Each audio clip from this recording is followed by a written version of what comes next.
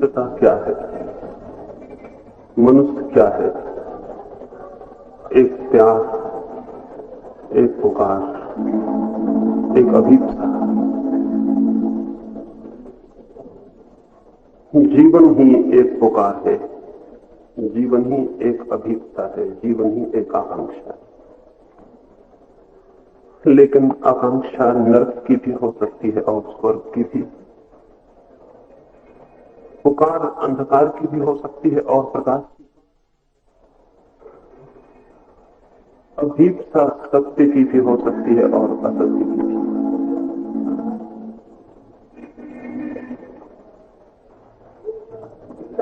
चाहे हमें ज्ञात हो और चाहे हमें ज्ञात न हो, अगर हमने अंधकार को पुकारा होगा तो हम अशांत होते चले जाएंगे। अगर हमने असत्य को चाहा होगा तो हम अशांत होते चले जाएंगे। अगर हमने गलत को चाहा होगा तो शांत होना असंभव है। शांति छाया है, ठीक की चाह से पैदा होती है, सम्यक चाह से शांति पैदा होती है। एक बीज अंकुरित होना चाहता है, अंकुरित हो जाए तो आनंद से भर जाएगा, अंकुरित न हो पाए तो अशांत और पीड़ा अनुभव करेगा। सरिता सागर होना चाहती है, सागर तक पहुंच जाए, असीम से मिल जाए तो शांत हो जाएगी। न पहुंच पाए, भटक जाए मरुस्थलों में तो अशांत हो जाएगी, दुखी हो जाएगी, पीड़ित हो जाएगी। किसी ऋषि ने गाया है, हे परमात्मा, अंधकार से आलोक की तरफ ले चल,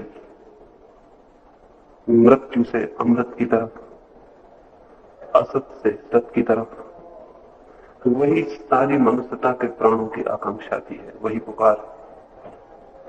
और अगर हम जीवन में शांत होते चले जा रहे हो तो समझना चाहिए कि हम उस पुकार की तरफ चल रहे हैं जो जीवन के गहरे से गहरे प्राणों में छिपी है। और अगर हम अशांत हो रहे हो तो जानना चाहिए कि हम गलत दिशा में जा रहे हैं, उल्टी दिशा में जा रहे हैं। अशांति और शांति लक्ष्य नहीं है, केवल सूचक है, केवल लक्षण है। शांत मन खबर देता है इस बात की कि हम जिस दिशा में चल रहे हैं वही दिशा जीवन की दिशा है। अशांत मन खबर देता है इस बात की कि हम जहां चल रहे हैं वो जगह चलने की नहीं, हम जिस ओर जा रहे हैं वो जाने की मंजिल नहीं, हम जहां पहुंच रहे हैं वहां पहुंचने के लिए पैदा नहीं हुए। अशांति और शांति लक्षण है हमारे जीवन के विकास को। सम्यक दिशा मिली है या असम्यक दिशा मिल गई है। शांति लक्ष्य नहीं है, और जो लोग शांति को सीधा ही लक्ष्य बना लेते हैं वे कभी भी शांत नहीं हो पाते। अशांति को भी मिटाना सीधा संभव नहीं है। जो आदमी अशांति को ही मिटाने में लग जाता है वो और भी अशांत होता चला जाता है। अशांति सूचना है जीवन उस दिशा में जा रहा है जहां जाने के लिए वह पैदा नहीं हुआ है। शांति खबर है इस बात की कि हम चल पड़े उस मंदिर की तरफ जो कि जीवन का लक्ष्य है। एक आदमी को बुखार है, शरीर उत्तप्त है, गर्म है। शरीर की गर्मी बीमारी नहीं है, शरीर की गर्मी केवल खबर है कि शरीर के भीतर कोई बीमारी है। शरीर गर्म नहीं है तो खबर मिलती है कि शरीर के भीतर कोई बीमारी नहीं है। और गर्मी खुद बीमारी नहीं है, केवल बीमारी की खबर है। गर्मी का न होना भी स्वास्थ्य नहीं है, सिर्फ खबर है कि भीतर जीवन स्वस्थ दिशा में चल रहा है। और अगर कोई आदमी अपने शरीर के बुखार को जबरदस्ती ठंडा करने की कोशिश में लग जाए तो इससे बीमारी से मुक्त नहीं होगा, मर सकता है। नहीं, शरीर का बुखार नहीं दूर करना पड़ता है। बुखार मित्र है, खबर देता है कि भीतर बीमारी है, बीमारी की खबर लाता है। अगर शरीर उत्तप्त न हो और भीतर बीमारी बनी रहे तो आदमी को पता ही नहीं चलेगा कब बीमार हुआ, कब समाप्त होगा। अशांति ज्वर है, बुखार है, गर्मी है जो चित्त पर गिर जाती है और खबर देती है कि तुम प्राणों को वहां ले जा रहे हो जहां नहीं ले जाना। शांति बुखार का चला जाना है और खबर है कि प्राण उस दिशा में चलने लगे जहां चलने के लिए पैदा हुए। ये बात प्राथमिक रूप से समझ लेना जरूरी है। तो आने वाले 4 दिनों की शांति की खोज की यात्रा पूरी पूरी स्पष्ट हो सकती है। शांति को मत चाहिए और अशांति को दूर करने की कोशिश मत करिए।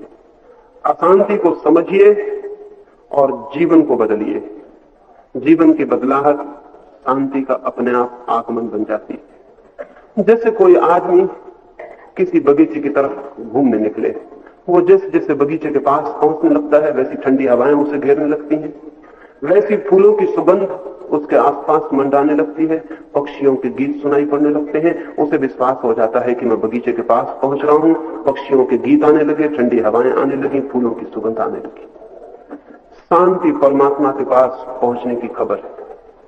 वो परमात्मा के बगीचे के पास उड़ने वाले फूलों की सुगंध, और अशांति परमात्मा की तरफ पीठ करके चलने की खबर है। इसलिए मौलिक रूप से आदमी जिन कारणों को समझता है कि इनके कारण मैं अशांत हूं, वे कारण अशांति के कारण नहीं। अगर कोई आदमी समझता हो कि मैं इसलिए अशांत हूं कि मेरे पास धन नहीं है, तो वो गलती में। धन मिल जाएगा और अशांति कायम रहेगी। कोई आदमी समझता हो कि मेरे पास बहुत बड़ा मकान नहीं है इसलिए अशांत हूं, मकान मिल जाएगा और अशांति कायम रहेगी, बल्कि अशांति थोड़ी बढ़ जाएगी।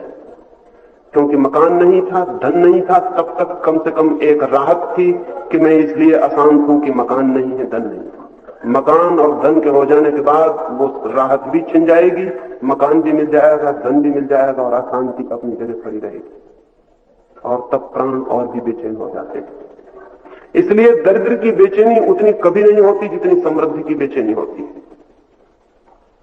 अमीर आदमी की तकलीफ को गरीब आदमी कभी भी नहीं पहचान पाता। बिना अमीर हुए पहचान पाना मुश्किल है, क्योंकि अमीर के पास गरीब का संतोष भी नहीं रह जाता कि मैं गरीब हूं इसलिए अशांत हूं। कम से कम एक कारण तो पता रहता है कि मैं इसलिए अशांत हूं, किसी दिन गरीबी मिट जाएगी और शांति आ जाएगी। लेकिन आज तक कोई आदमी गरीबी मिटाने से शांत नहीं हुआ है। गरीबी मिट जाती है, शांति तो नहीं आती, अशांति और बढ़ जाती है। क्योंकि पहली दफा ये पता चलता है कि धन के मिलने से अशांति के टूटने का कोई संबंध नहीं। तब एक आशा भी टूट जाती है कि धन के मिलने से मैं शांत हो जाऊंगा। इसीलिए जितना समाज धनिक होता चला जाता है उतना ही समाज ज्यादा अशांत होता चला जाता है। आज अमेरिका से ज्यादा अशांत शायद दुनिया में कोई दूसरा समाज नहीं। और अमेरिका के पास जैसी समृद्धि है वैसी मनुष्य के इतिहास में कभी किसी समाज, किसी देश के पास नहीं थी। बड़ी हैरानी होती है कि इतना सब तुम्हारे पास है, फिर तुम अशांत क्यों हो? हम अगर अशांत है तो समझ में आती है बात कि हमारे पास कुछ भी नहीं है, लेकिन कुछ होने और न होने से शांति और अशांति का कोई संबंध नहीं। मनुष्य के जीवन में शरीर है, मन है, आत्मा है। शरीर की जरूरतें हैं, अगर वे पूरी ना हो तो जीवन कष्टपूर्ण हो जाता है। शरीर की जरूरतें हैं, रोटी है, कपड़ा है, मकान है, अगर शरीर को न मिले तो जीवन एक कष्ट की यात्रा बन जाएगा। शरीर पूरे वक्त खबर देगा कि मैं भूखा हूं, मैं नंगा हूं, दवा नहीं है, प्यास लगी है, पानी नहीं है, रोटी नहीं है। शरीर पूरे वक्त अभाव की खबर देगा, और अभाव की खबर जीवन को कष्ट से भर देती। ख्याल रहे, अशांति से नहीं, कष्ट से। यह हो सकता है एक आदमी कष्ट में हो और अशांत न हो, और यह भी हो सकता है एक आदमी बिल्कुल कष्ट में न हो और अशांत हो। बल्कि अक्सर यही होता है, जो आदमी कष्ट में होता है उसे अशांति का पता ही नहीं चलता। कष्ट ही इतना उलझा लेता है कि अशांति पर ध्यान देने की सुविधा और फुर्सत नहीं मिलती। जब सब कष्ट समाप्त हो जाते हैं तब पहली दफा ध्यान आता है कि अशांति भी भीतर है। गरीब आदमी कष्ट में होता है, समृद्ध आदमी अशांति में होता है। शरीर में कष्ट होते हैं, और अगर शरीर की जरूरतें पूरी हो जाएं तो शरीर में कष्ट का अभाव हो जाता है, लेकिन शरीर के तल पर सुख का कभी कोई अनुभव नहीं होता। यह भी समझ लेना जरूरी है। शरीर में कष्ट हो सकते हैं, सुख शरीर में कभी नहीं होता। हाँ, कष्ट का अभाव हो जाए, कष्ट ना हो तो उसी को हम सुख समझ लेते हैं। अगर पैर में कांटा गड़ा है तो तकलीफ होती है, और पैर में कांटा न गड़ा हो तो कोई आनंद नहीं होता। कि हम जाके मोहल्ले में खबर करें कि आज मेरे पैर में कांटा नहीं गड़ा, मैं बहुत आनंद में, कि आज मेरे सिर में दर्द नहीं हो रहा है इसलिए आज मैं बड़ा सुखी हूं। सिर में दर्द होता है तो हम कष्ट में होते हैं, लेकिन सिर में दर्द ना हो तो हम सुख में नहीं होते। ये शरीर के साथ समझ लेना बहुत उपयोगी है कि शरीर के तल पर सुख जैसी कोई चीज कभी होती ही नहीं। दुख होता है और दुख का अभाव होता है। दुख के अभाव को ही लोग सुख समझ लेते हैं। शरीर दुख दे सकता है, दुख नहीं दे सकता है, लेकिन सुख कभी भी नहीं दे सकता है। इसलिए जो शरीर के तल पर ही जीते हैं उन्हें सुख का कभी कोई पता नहीं चलता है। दुख का पता चलता है, दुख से बचने का पता चलता है। भूख लगी है तो कष्ट मालूम होता है, भूख मिट गई तो कष्ट मिट गया, बस शरीर यहीं ठहर जाता है। शरीर के बाद शरीर के भीतर मन है, मन की हालत उल्टी। मन की भी जरूरतें हैं, मन की भी मांगे हैं, मन की भी भूख और प्यास है, साहित्य है, कला है, दर्शन है, संगीत है, वो सब मन की आकांक्षाएं हैं, मन की भूख और प्यास, वो मन का भोजन है। लेकिन अगर किसी आदमी ने कालिदास का काव्य न पढ़ा हो तो इसके कारण कोई कष्ट नहीं होता, या किसी आदमी ने अगर किसी बड़े कलाकार का सितार न सुना हो तो इस कारण कोई कष्ट नहीं होता। नहीं तो आदमी एकदम मर जाए कष्ट से, क्योंकि इतनी चीजें हैं मन की दुनिया में जिनका हमें कोई पता ही नहीं। मन की दुनिया में जिस चीज का आपको पता नहीं है, अनुभव नहीं है, उसका कोई कष्ट नहीं होता, लेकिन पता चले तो सुख जरूर होता है। अगर आपको सितार सुनने मिल जाए तो सुख होता है। नहीं सुना था तब तक कोई कष्ट नहीं था। अगर आप काव्य नहीं समझते हैं, नहीं सुने हैं, नहीं समझा है तो कोई कष्ट नहीं है, लेकिन सुनने मिल जाए तो सुख जरूर होता है। मन के तल पर सुख है। एक बार सुख का अनुभव शुरू हो जाए और फिर सुख न मिले तो सुख का अभाव मालूम पड़ता है। लोग उसी को मन का कष्ट समझ लेते हैं। शरीर के तल पर सुख नहीं होता, सिर्फ दुख का अभाव होता है। मन के तल पर सुख होता है और सुख का अभाव होता है, कष्ट जैसी कोई चीज नहीं होती। लेकिन मन की एक और खूबी, मन के तल पर जो सुख होते हैं वो क्षण भर के लिए होते हैं, उससे ज्यादा कभी नहीं हो पाते। क्योंकि मन को जो सुख एक बार मिला उसकी पुनरुक्ति से उसे सुख नहीं मिलता। अगर आज आपने किसी वीणा वादक से वीणा सुनी और कल फिर वही वीणा सुनाए तो आज जितना सुख हुआ था उतना कल नहीं होगा, और परसों फिर सुनाए तो और भी कम होगा। और अगर 10-5 दिन सुननी पड़े तो जिससे पहले दिन सुख हुआ था उसी से दुख की प्रतीति शुरू हो जाएगी। और अगर 2-4 महीना सुनना पड़े तो आप अपना सिर फोड़ लेंगे और भागना चाहेंगे कि अब मैं इसे नहीं सुनना चाहता हूं।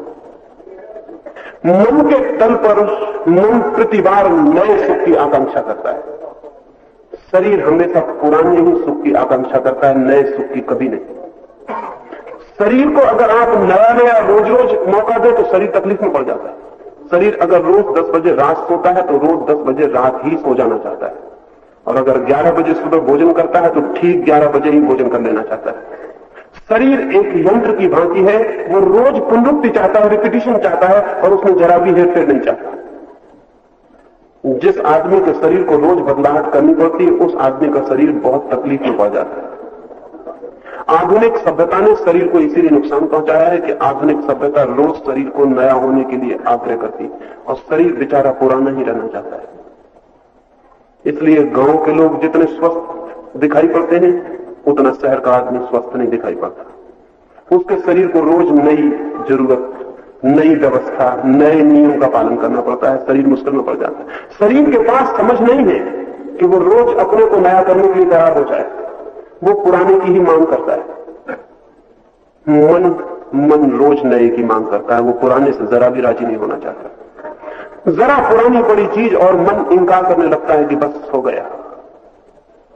उसे रोज नया मकान चाहिए, रोज नई कार चाहिए। उसका बस चले तो रोज नई पत्नी चाहिए, रोज नया पति चाहिए।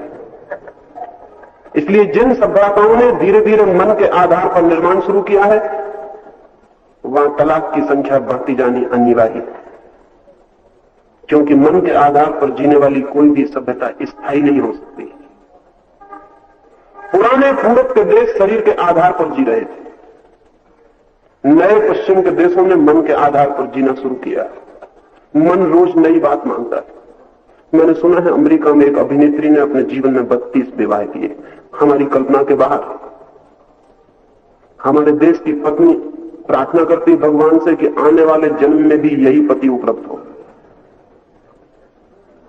अगर अमेरिका की पत्नी कोई प्रार्थना करेगी, हालांकि वो प्रार्थना ही नहीं करेगी, अगर वो प्रार्थना करेगी तो यही कि कम से कम इतना ध्यान रखना कि यही आदमी दोबारा न मिल जाए।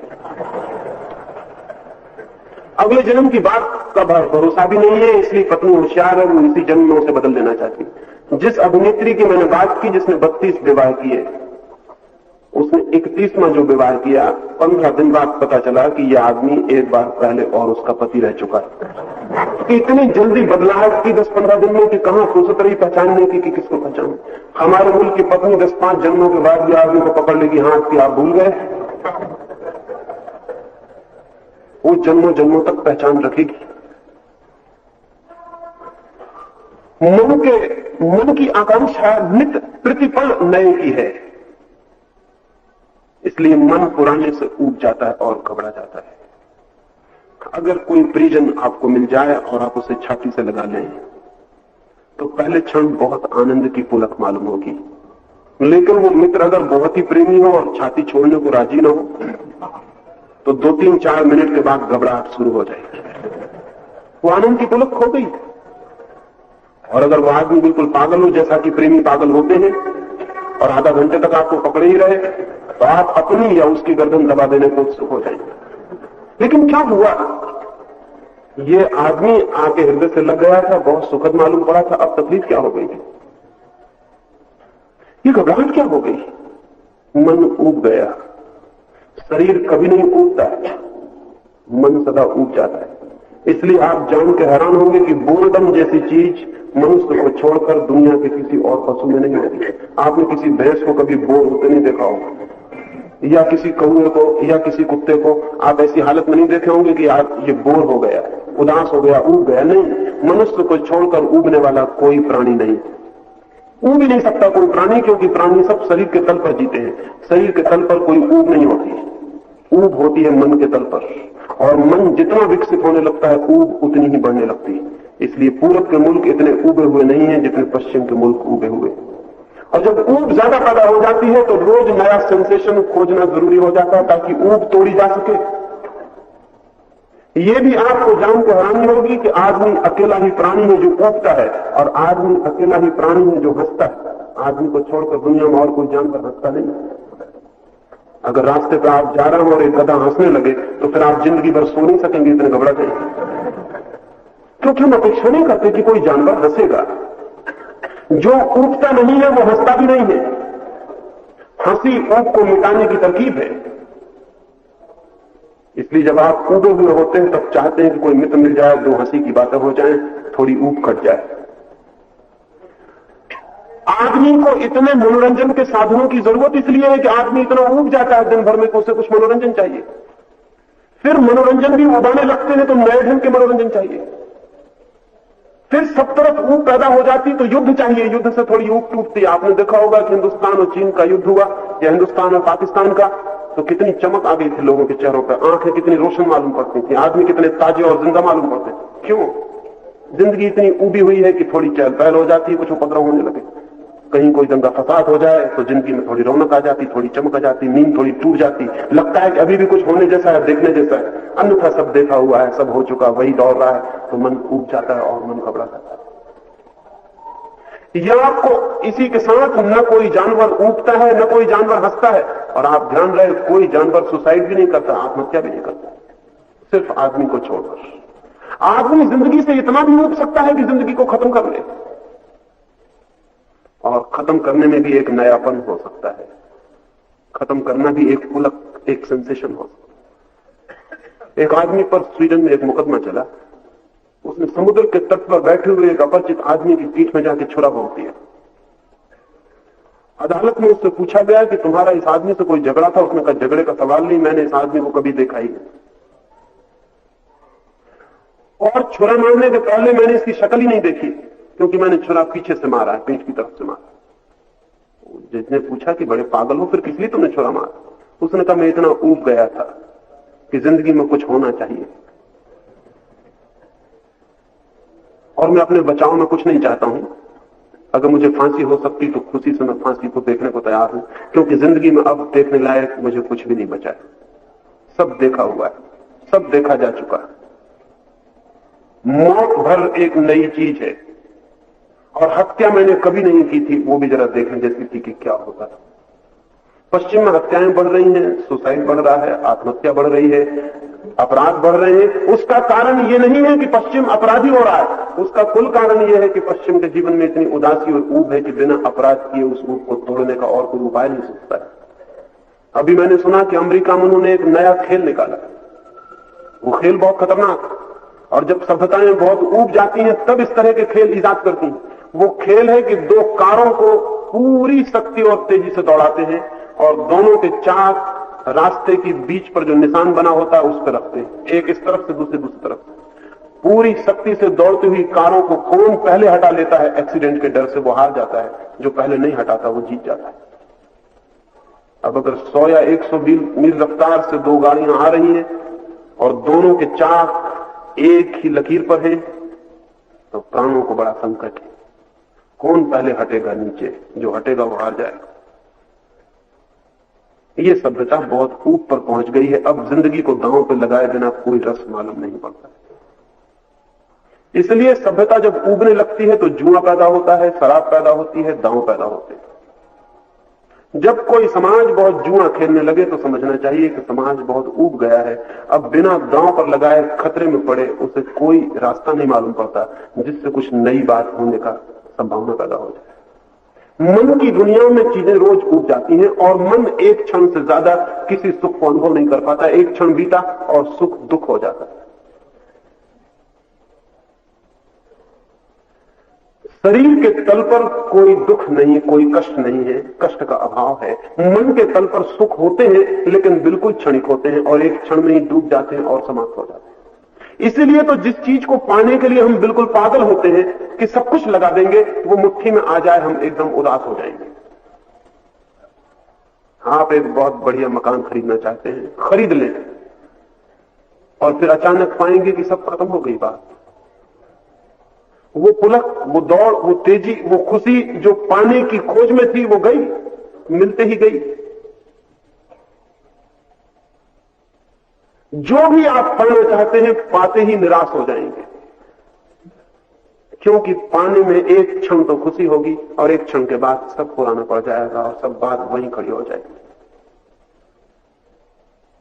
मन के तल पर सुख है लेकिन क्षणिक है, और जो आदमी शरीर और मन के बीच ही जीता है वो आदमी हमेशा अशांति में जिएगा।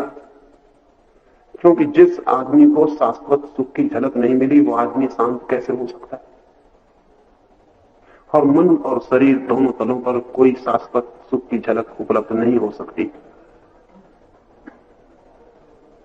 लेकिन फिर भी शरीर के तल पर जीने वाले एक अर्थों में शांत मालूम पड़ेंगे, मरे हुए शांत।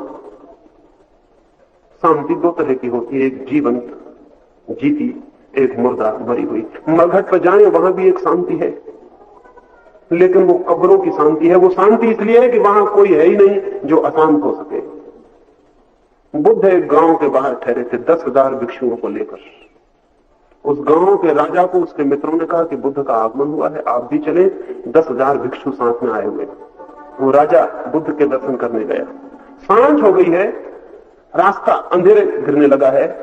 वे पास पहुंच गए आम्र वन के, जहां बुद्ध ठहरे हैं, उनके 10,000 भिक्षु ठहरे। अचानक उस राजा ने अपनी तलवार निकाल ली और अपने मित्रों को कहा कि मालूम होता है तुम मुझे धोखा देना चाहते हो। जहां 10,000 लोग ठहरे हो, हम इतने पास पहुंच गए, वहां कोई आवाज नहीं है, वहां इतनी शांति मालूम होती है, तुम कोई धोखा तो नहीं देना चाहते हो? वे मित्र कहने लगे कि आप बुद्ध और उनके मित्रों से परिचित नहीं है। आपने मरघट की शांति देखी है, आप जीवित शांति देखिए। 10,000 लोग उस बगीचे में हैं, आप चले, अविश्वास न करें। लेकिन वो राजा पक पक पर डरने लगा, कहीं अंधेरे में वो धोखे में तो नहीं ले जा रहे। लेकिन वो मित्र कहने लगे आप ना घबराएं, आप आए, सच में ही वहां 10,000 लोग हैं। 10,000 लोग और वहां ऐसा सन्नाटा कि जैसे कोई ना हो। वो बुद्ध के पास जब गया तो उनके चरणों में सिर रख के वो कहने लगा मैं हैरान हूं, 10,000 लोग, 10,000 लोग बैठे हैं वहां वृक्षों के नीचे और वहां परिपूर्ण सन्नाटा है जिसमें कोई ना हो। तो बुद्ध ने कहा तू सिर्फ मरघट की शांति ही पहचानता है, मालूम होता है जीवित शांति भी एक शांति है। जो लोग शरीर के तल पर जीते हैं एक अर्थ में शांत है, पशु शांत है, पशु अशांत नहीं। कुछ मनुष्य भी शरीर के तल पर जीकर शांत होंगे, खाना खा लेंगे, कपड़े पहन लेंगे, सो जाएंगे, फिर खाना खा लेंगे, फिर कपड़े पहन लेंगे, फिर सो जाएंगे। लेकिन ऐसा संतोष शांति नहीं है। ऐसा संतोष सिर्फ चेतना का अभाव है, होश नहीं है। भीतर जैसे एक मुर्दा की हालत है, एक मरे हुए आदमी की स्थिति है। सुकरात से किसी ने कहा कि तू इतना अशांत है सुकरात, इससे तो अच्छा होता एक सुअर हो जाता। सुकरात होने से क्या फायदा? सुअर गांव के किनारे घूमते हैं और कितने शांत हैं, डबरों में पड़े रहते हैं, कुछ भी खाती लेते हैं और कितने प्रसन्न और शांत मालूम पड़ते हैं। सुकरात ने कहा कि मैं एक असंतुष्ट सुकरात होना पसंद करूंगा बजाय एक संतुष्ट सुअर के। सुअर संतुष्ट जरूर है, लेकिन इसलिए संतुष्ट है कि शरीर के ऊपर की कोई प्यास, कोई पुकार उसके जीवन में नहीं, वो है ही नहीं एक अर्थों में।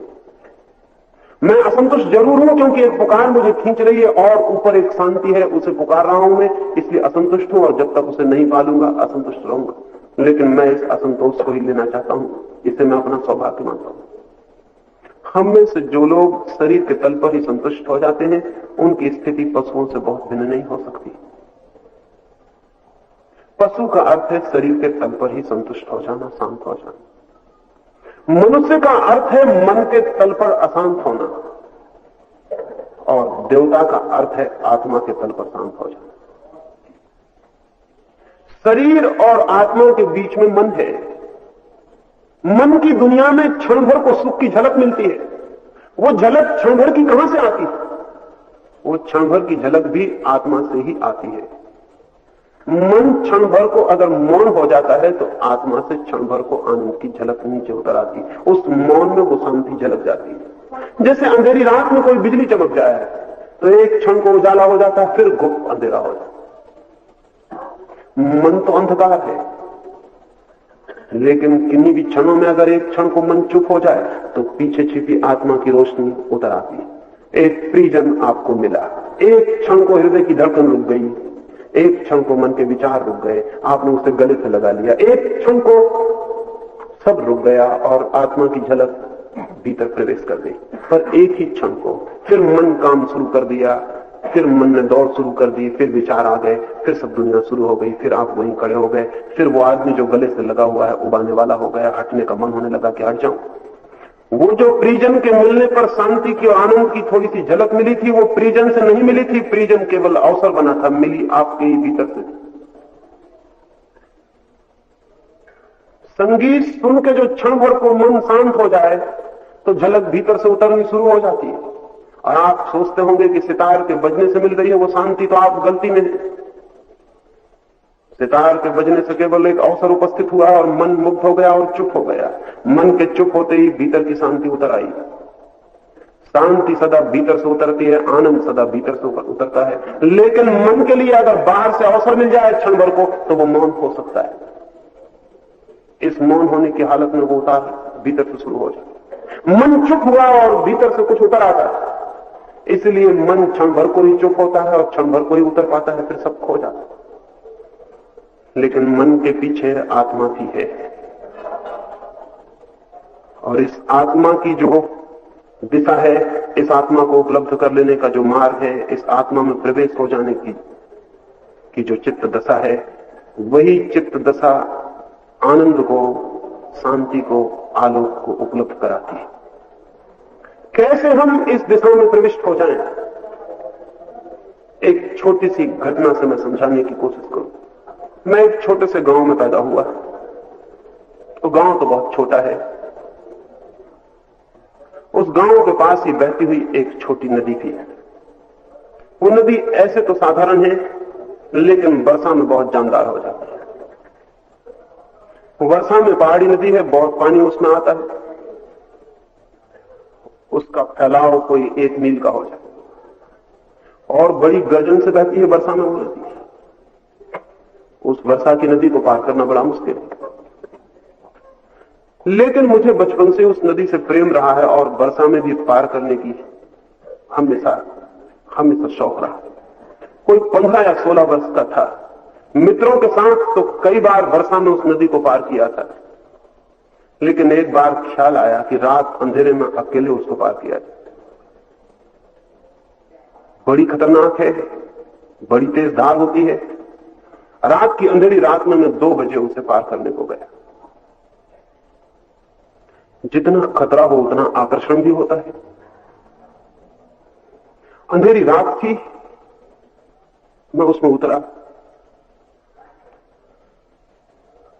कितना श्रम किया उस पार पहुंचने के लिए।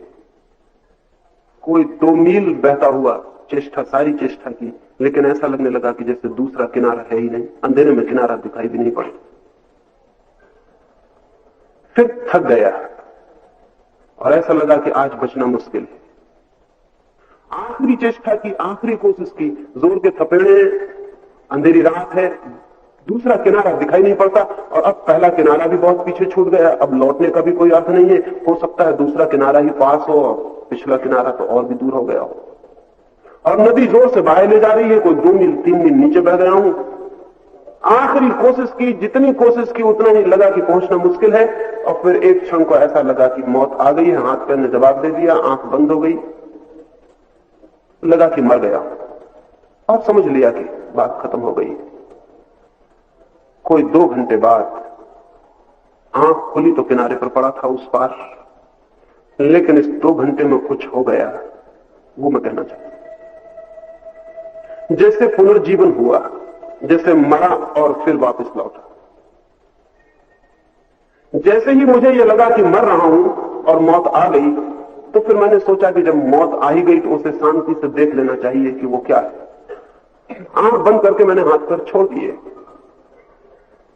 जैसे कोई गुप्त अंधेरा तो था ही बाहर, जैसे भीतर भी कोई बहुत गुप्त अंधेरी गुहा में प्रवेश कर गया। इतना गहरा अंधेरा पहले कभी नहीं देखा था। बाहर अंधेरा है, लेकिन पूर्ण अंधेरा बाहर नहीं। बाहर प्रकाश भी है, लेकिन बाहर पूर्ण प्रकाश नहीं है।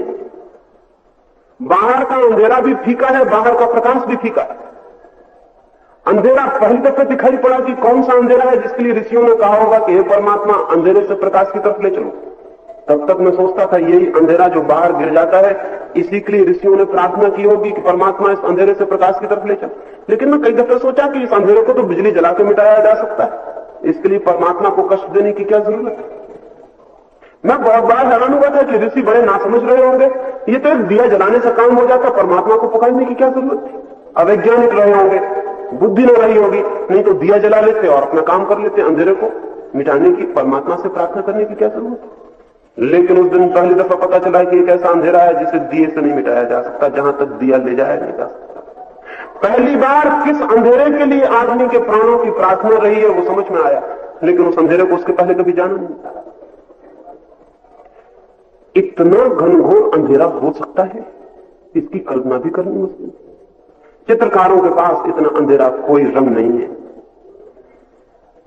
बाहर कुछ तो रोशनी हमेशा है। अगर चांद ना होगा तो चांद तारे होंगे, तारे होंगे। अगर सूरज ढल गया होगा, आकाश में बादल छाए होंगे, तो भी सूरज की किरणें बादलों को पार करती होंगी। सच तो यह है कि बाहर का सब अंधेरा रिलेटिव है, सापेक्ष है, पूर्ण नहीं है, एब्सोल्यूट नहीं है। एब्सोल्यूट पूर्ण अंधेरा क्या है, पूरी रात क्या है, वो पहली दफे ख्याल आया।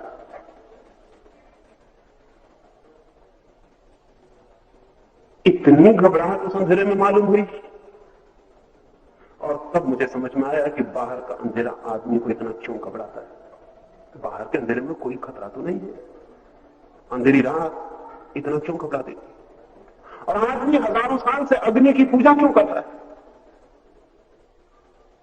तब मुझे लगा कि शायद बाहर का अंधेरा भीतर के अंधेरे की कोई धुंधली स्मृति दिलाता होगा, अन्यथा बाहर के अंधेरे में डर का कोई भी तो कारण नहीं है। और शायद बाहर जो दिए को जला के और आग को जला के और अग्नि की पूजा चल पड़ी होगी, वो भी किसी भीतर की अग्नि की तलाश का हिस्सा होगी। अंधेरा पहली दफा देखा, इतने जोर से अंधेरे में मैं चल रहा हूं, अंधेरा और घना होता चला जा रहा है, और घना होता चला जा रहा है, और सारे प्राण देखा भाई एक क्षण में हो गया होगा, बहुत देर नहीं लगी होगी, क्योंकि समय की भी स्केल, समय की भी धारणा, समय की भी तौल अलग अलग है।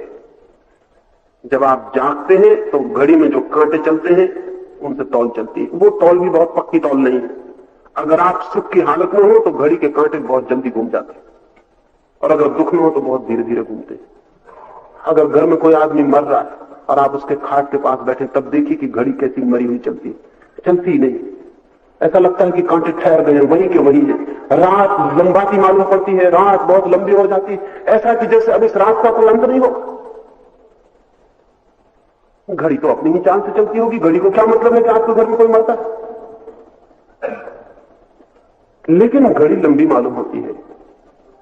कोई परिजन मिल जाए, बहुत दिन का बिछड़ा हुआ, घड़ी एकदम छलांग लगाने लगती है, एक एक सेकंड नहीं चलती, एक एक घंटे कूदने लगती है।